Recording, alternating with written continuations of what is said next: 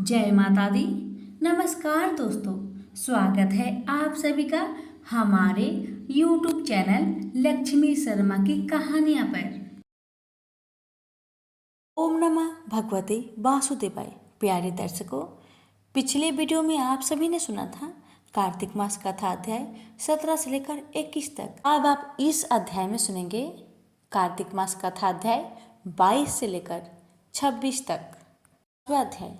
राजा पृथु ने कहा, हे नारद जी, आप कृपा करके मुझको यह बतलाए कि वृंदा को मोहित करके विष्णु जी ने क्या किया, फिर वह कहाँ गए। सब देवता स्तुति करके मौन हो गए तो भगवान शंकर ने प्रसन्न होकर देवताओं से कहा, हे ब्रह्मा आदि देवताओं, अंधर तो मेरा ही अंश था, मैंने उसे तुम्हारे लिए नहीं मारा, यह तो मेरी सांसारिक लीला थी। फिर भी आप लोग सत्य कहिए कि इससे आप सुखी हुए या नहीं। तब ब्रह्मादि देवताओं के नेत्र हर्ष से खुल गए। उन्होंने शिव जी को प्रणाम करके विष्णु जी का सब वृत्तांत कह सुनाया, जो उन्होंने बड़े प्रयत्न से वृंदा को मोहित किया था तथा वह अग्नि में प्रवेश करके परम गति को प्राप्त हुई। देवताओं ने यह भी कहा कि तभी से वृंदा की सुंदरता पर मोहित हुए विष्णु जी उनकी चिता की राख लपेटे हुए इधर उधर घूमते हैं। अतः आप समझिए, क्योंकि यह चराचर प्राकृतिक आपके अधीन है। देवताओं से यह सब सुनकर शंकर जी ने उन्हें अपनी दुस्तर माया समझाई और कहा कि यह सारा जगत उसी के अधीन है। उसी से मोहित विष्णु भी काम के वश में हो गए हैं। परंतु महादेवी उमा त्रिदेवों की जननी, सबसे परे वह मूल प्राकृतिक परम मनोहर और वही गिरिजा भी कहलाती है। विष्णु जी का मोह दूर करने के लिए आप सब उनकी शरण में जाइए। यदि वह प्रसन्न हो जाएंगे तो आप सबका काम हो जाएगा। शंकर जी की आज्ञा से सब देवता मूल प्रकृति को प्रसन्न करने चले। उनके पास पहुंचकर उनकी बड़ी स्तुति की। तब आकाशवाणी हुई, हे देवताओं, मैं 3 प्रकार से तीनों गुणों से पृथक होकर स्थित होती हूँ। सतगुण से गौरी, रजोगुण से ज्योति रूप हूँ तथा आप लोग मेरी आज्ञा से यदि सादर उन देवियों के पास जाओगे तो वह तुम्हारे मनोरथ को पूरा कर देगी। यह सुनकर देवताओं के नेत्र खुल गए। वह भगवती का आदर करते हुए गौरी, लक्ष्मी और सरस्वती को हाथ जोड़कर प्रणाम करने लगे। सब देवताओं की भक्ति पूर्वक प्रार्थना से वह सब देवियां प्रकट हो गई। सभी देवताओं ने खुश होकर निवेदन किया। तब देवियों ने कुछ बीज देकर कहा, ले जाकर विष्णु को दे दो, तुम्हारे सब काम सिद्ध हो जाएंगे। ब्रह्मादि देवता उन बीजों को लेकर विष्णु जी के पास गए। उन्होंने बीजों को वृंदा की चिता भूमि में डाल दिया, जिससे धराती, मालती एवं तुलसी प्रकट हुई। विष्णु जी ने जैसे ही उन स्त्री रूप वाली वनस्पतियों को देखा तो वह उठ बैठे। कामासक्त चित्त से मोहित हो उनसे याचना करने लगे। धात्री व तुलसी ने उनसे प्रीति की तो विष्णु सारा दुख भूलकर ताव से नमस्कृत हो अपने लोक को चले गए। वह पूर्वत सुखी हो शंकर जी का स्मरण करने लगे। यह आख्यान शिव जी की भक्ति देने वाला है। प्रेम से बोलिए उमापति शंकर भगवान की जय, लक्ष्मी नारायण की जय। यहीं पर कार्तिक मास कथा अध्याय 22 समाप्त हुआ। अब सुनिए 23वां अध्याय। नारद जी ने कहा, हे राजन, इसी कारण से उद्यापन में तुलसी की जड़ में भगवान विष्णु की पूजा की जाती है। तुलसी का मूल प्रदेश भगवान विष्णु को प्रसन्न करने वाला है। हे राजन, तुलसी का पौधा जिस घर में विद्यमान है वह घर तीर्थ स्वरूप है और उस घर में यमदूत कभी नहीं आते हैं। यह पौधा सब पापों का नाश करने वाला और अभिष्ट फल देने वाला है। जो मनुष्य तुलसी का पौधा लगाता है वह यमराज को नहीं देखता। भगवान नंदी का दर्शन, गंगा स्नान व तुलसी के पौधे का संग सर्ग, यह तीनों एक से पुण्यप्रद है। तुलसी को छूने से कामिक, वाचिक, मानसिक आदि संपूर्ण पाप नष्ट हो जाते हैं। जो प्राणी तुलसी के दल से भगवान का पूजन करते हैं वह पुनः गर्भ में नहीं आते और निस्संदेह जीवन मुक्त हो जाते हैं। तुलसी के दल में पुष्कर आदि समस्त तीर्थ, गंगा आदि नदियाँ और विष्णु भृति सब देवता निवास करते हैं। तुलसी के पौधे के पास जो अपना प्राण विसर्जन करता है, वह चाहे कितना बड़ा पापी क्यों न हो, उसे यमराज नहीं देख सकते।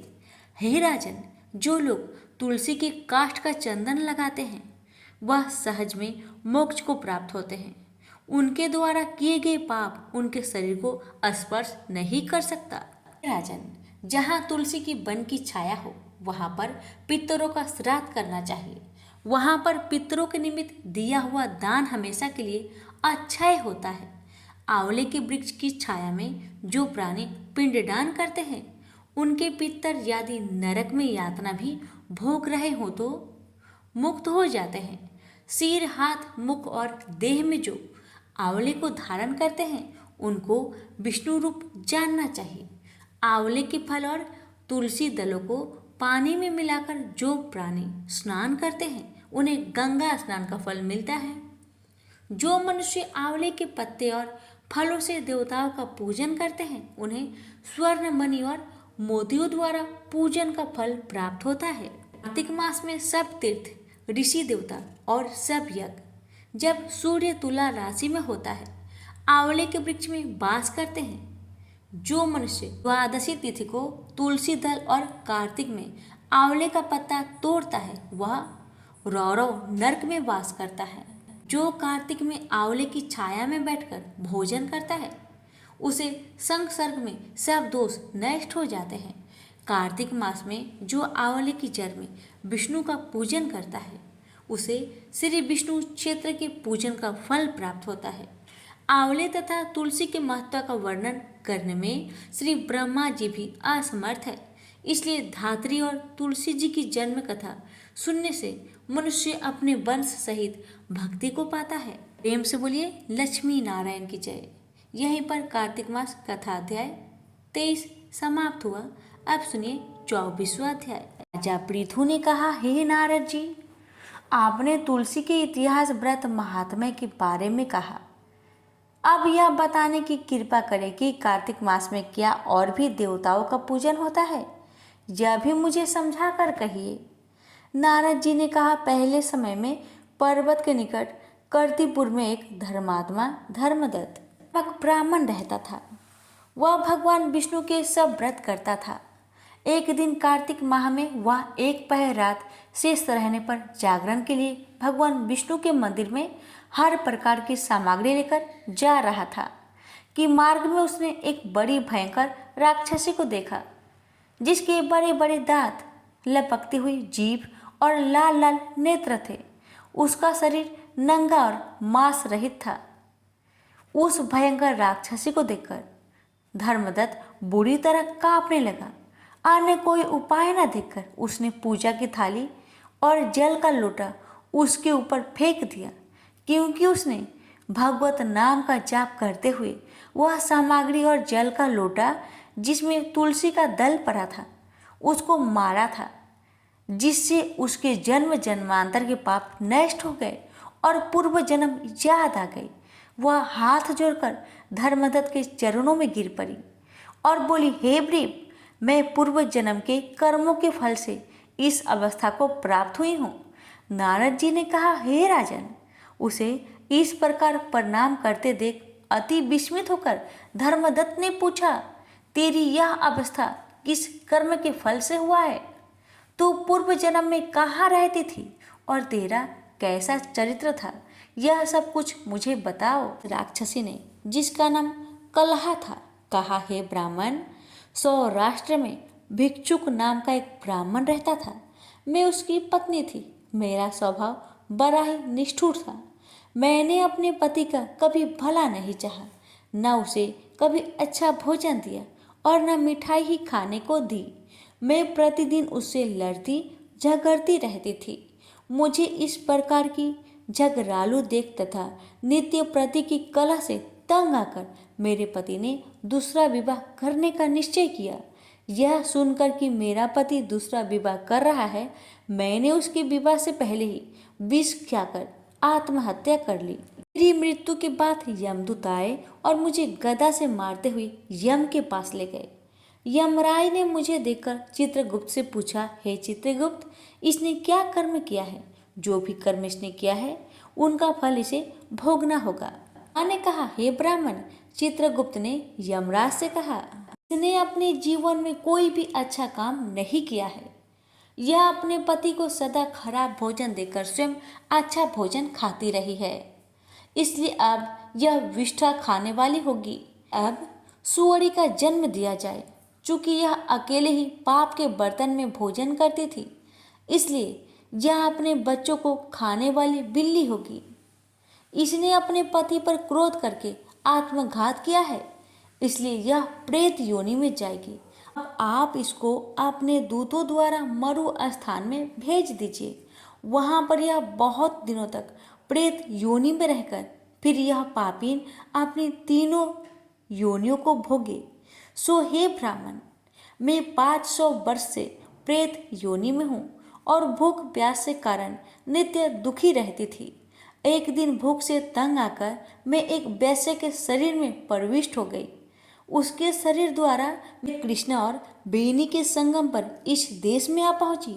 एक दिन भगवान शंकर व विष्णु जी ने मुझे बलात् उसके शरीर से बाहर निकाल दिया। मुझे आप दिखाई दिए। आपके लोटे में से तुलसी जल का छींटा मेरे ऊपर पड़ा, जिससे मेरे सब पाप नष्ट हो गए।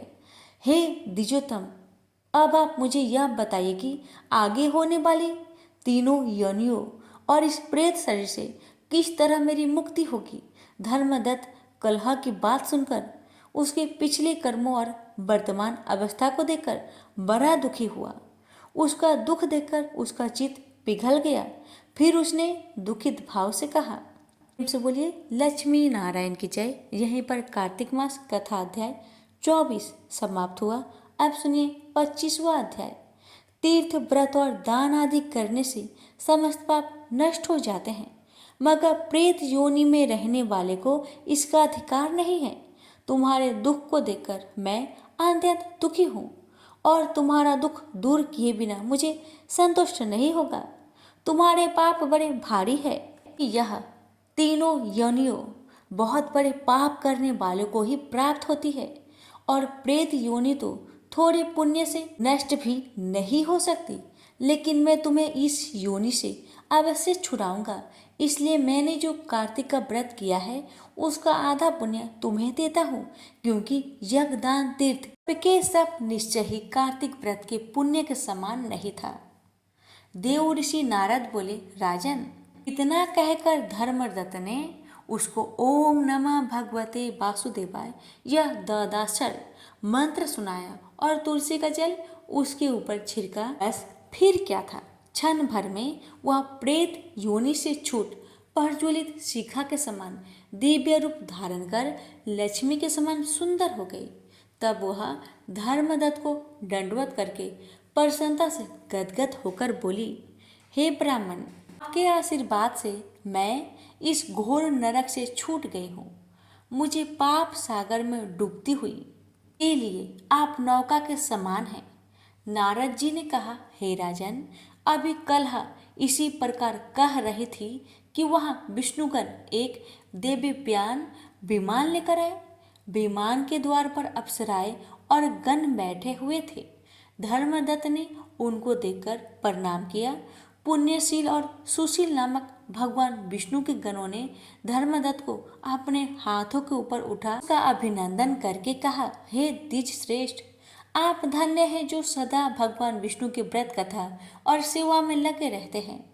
आपने जो अपने बाल्यकाल में पवित्र और शुभ कार्तिक व्रत किया था, उसके आधे फल से आपने कलह के पूर्व जन्म के एकत्रित पाप नष्ट कर दिए हैं। यही नहीं, आपकी कृपा से उसके सैकड़ों जन्म के पाप नष्ट हो गए हैं। आपके जागरण आदि करने से पुण्य प्रभाव से आकाश मंडल से यह विमान आया है। ये ब्राह्मण, अब हम उसे भांति भांति के भोगों से युक्त बैकुंठ में ले जा रहे हैं। आपके दान पुण्य के प्रभाव से अब भगवान विष्णु के पास रहेगी। आप भी इस जन्म के बाद अपनी दोनों स्त्रियों सहित बैकुंठ में विष्णु जी के पास रहोगे और मुक्ति प्राप्त करोगे। हे दया सागर, ये मनुष्य धन है और जन्म उन्हीं का फलीभूत है जिन्होंने तुम्हारी तरह विष्णु जी की भक्ति की है, क्योंकि भगवान विष्णु अपने भक्तों को भला क्या नहीं देते। जिन्होंने प्राचीन काल में उपदान पद के पुत्र को ध्रुव पर पहुंचाया, इसके सुमिरन मात्र से प्राणियों की मुक्ति हो जाती है। प्राचीन काल में विष्णु जी के केवल अपने नाम के स्मरण से ही आप द्वारा पकड़े हुए हाथी को हस्त योनि से मुक्त करके जय नाम देकर अपना पार्षद बना लिया। तुमने उसी विष्णु की सेवा की है, इसलिए तुम अपनी दोनों स्त्रियों सहित 1000 वर्ष तक भगवान विष्णु के पास निवास करोगे। जब तुम्हारा पुण्य क्षीण हो जाएगा तब तुम सूर्य वंश में अपनी दोनों रानियों के साथ राजा दशरथ के नाम से परिचित होगे तथा यह कलह तुम्हारे आधे पुण्य की भागीदार होने के नाते तुम्हारी तीसरी भार्य होगी। वह भगवान विष्णु पुत्र के रूप में तुम्हारे पास रहेंगे और देवताओं का कार्य करेंगे। विष्णु जी को प्रसन्न करने वाले तुम्हारे कार्तिक व्रत से अधिक महत्वपूर्ण यहाँ दान तीर्थ आदि और कोई भी नहीं है। हे दयासार, तुम धन्य हो, क्योंकि तुमने जगत गुरु भगवान विष्णु को प्रसन्न करने के लिए कार्तिक मास का व्रत किया है, जिसके आधे पुण्य के फल की भागीदार कला है। इस समय हम इसे अपने साथ विष्णु लोक ले जा रहे हैं। प्रेम से बोलिए लक्ष्मी नारायण की जय। यहीं पर कार्तिक मास कथा अध्याय 25 समाप्त हुआ। अब सुनिए 26वां अध्याय। गणों के ऐसे वचन सुनकर धर्मदत्त ने कहा, सब मनुष्य भगवान विष्णु की प्रसन्नता के लिए विधिवत यज्ञ दान व्रत तीर्थ तथा तप आदि करते हैं, किंतु कोई ऐसा सरल उपाय बताओ जिसके करने से इन सब का फल प्राप्त हो। तब देवगणों ने कहा, हे द्विज श्रेष्ठ, आपका प्रश्न बड़ा श्रेष्ठ है। हम आपको भगवान विष्णु को शीघ्र प्रसन्न करने का उपाय बताते हैं। इतिहास सहित प्राचीन वृत्तांत सुनाते हैं। सावधान से सुनो। प्राचीन काल में कांचीपुरी में चोल नामक चक्रवर्ती राजा राज्य करता था। उसी के नाम से उसके देश का नाम भी चोल देश ही प्रसिद्ध था। राजा चोल के राज्य में कोई भी प्राणी दरिद्री, दुखी, पापी व रोगी न था। यह सब राजा के यज्ञ करने का प्रभाव था। ताम्रवर्णी नदी के दोनों किनारों पर स्वर्ण के यज्ञ स्तंभ सुशोभित थे। हे द्विजवर, एक दिन राजा भगवान विष्णु के पास गया। भगवान उस समय शेष शैया पर योग निद्रावश सो रहे थे। राजा ने उनकी मणियों, मोतियों और स्वर्ण के दिव्य फलों फूलों द्वारा पूजा की। वह साष्टांग प्रणाम करके भगवान के चरणों के पास ही बैठ गया। थोड़ी देर के बाद राजा ने अपनी नगरी कांचीपुरी के ब्राह्मण विष्णुदास को वहां आते हुए देखा। विष्णुदास भगवान की पूजा के लिए तुलसी दल और जल लिए था। विष्णुदास ने वहां आकर भगवान को विष्णु सूक्त मंत्रों द्वारा स्नान करवाकर मजरी तथा तुलसी दलों से उनका विधि पूर्वक पूजन किया। विष्णुदास के चढ़ाते हुए तुलसी दलों से राजा चढ़ाए हुए मणि, मोती व स्वर्ण के फूल ढक गए। राजा यह देखकर क्रोध से भरकर बोला, ढोंगी मूर्ख, तूने मेरी चढ़ाई हुई मणियों, मोतियों व सोने के फूलों को तुलसी दल व अपने सारे फूलों से ढक दिया है। तू भला भक्ति करना क्या जाने, क्योंकि तूने मेरे किए विचित्र श्रृंगार को बिगाड़ दिया है। राजा की बात सुनकर विष्णुदास को भी क्रोध आया और वह राजा के गौरव को तुच्छ समझकर कहने लगा, हे राजन, तुम भक्ति करना नहीं जानते, तुमको तो अपने धन का घमंड है। बताओ कि आज से पहले तुमने भगवान के कितने व्रत किए हैं। देवगण ने कहा। ब्राह्मण के ऐसे वचन सुनकर राजा ने घमंड में हंसकर कहा, हे प्रीप, भगवान की भक्ति के अभिमान से यदि तू ऐसी बात कह रहा है तो मैं पूछता हूँ, तेरे जैसे भिखमंगे ब्राह्मण में भगवान की भक्ति ही कितनी है? क्योंकि तुमने आज तक भगवान की प्रसन्नता के लिए कुछ भी नहीं किया, ना तो कोई मंदिर बनवाया है, तुम भला इस प्रकार की भक्ति का जैसी तुम कर रहे हो क्या गर्व कर सकते हो? यहाँ जितने भी ब्राह्मण बैठे हैं मेरी बातों को ध्यान पूर्वक सुने, देखे कि भगवान विष्णु के दर्शन मुझे होते हैं या कि तुझे। इसके बाद दोनों की भक्ति के संबंध में आप लोग जान लेंगे। देवगणों ने कहा। ऐसा कहकर राजा अपने महल में चला गया और वहां जाकर उसने अपने पुरोहित मुद्गल को आचार्य बनाकर विष्णु यज्ञ आरंभ किया। उसने यज्ञ में अनेक ऋषि महर्षियों को बुलवाया, उनको बहुत सा अनाज और धन आदि दक्षिणा दी। पर विष्णुदास भी अपने मंदिर में ही रहकर भगवान की प्रसन्नता के लिए व्रत करने लगा। उसने माघ तथा कार्तिक मास के व्रत किए, तुलसी के वन का पूजन किया और एकादशी को भगवान विष्णु के 12 अक्षर मंत्र जाप किया। वह भगवान को प्रसन्न करने के लिए गीत गाता रहा, वह नृत्य करता रहा, वह नित्य प्रति व्रत करता था, भूमि पर सोता, हर समय भगवान को प्रसन्न करने के लिए एकादशी के व्रत भी किए और उन व्रतों के नियम का पालन भी किया और उद्यापन भी किया। और इस प्रकार राजा चोल और विष्णुदास द्वारा आराधना करते हुए बहुत दिन बीत गए। प्रेम से बोलिए लक्ष्मी नारायण की जय। यहीं पर कार्तिक मास कथा अध्याय 26 समाप्त हुआ।